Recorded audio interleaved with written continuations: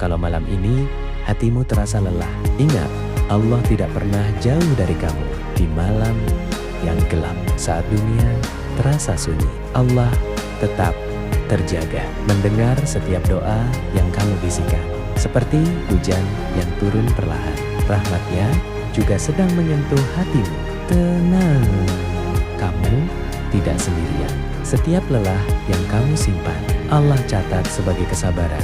Setiap air mata yang jatuh, Allah ganti dengan pahala. Dan setiap doa yang kamu panjatkan tidak pernah sia-sia.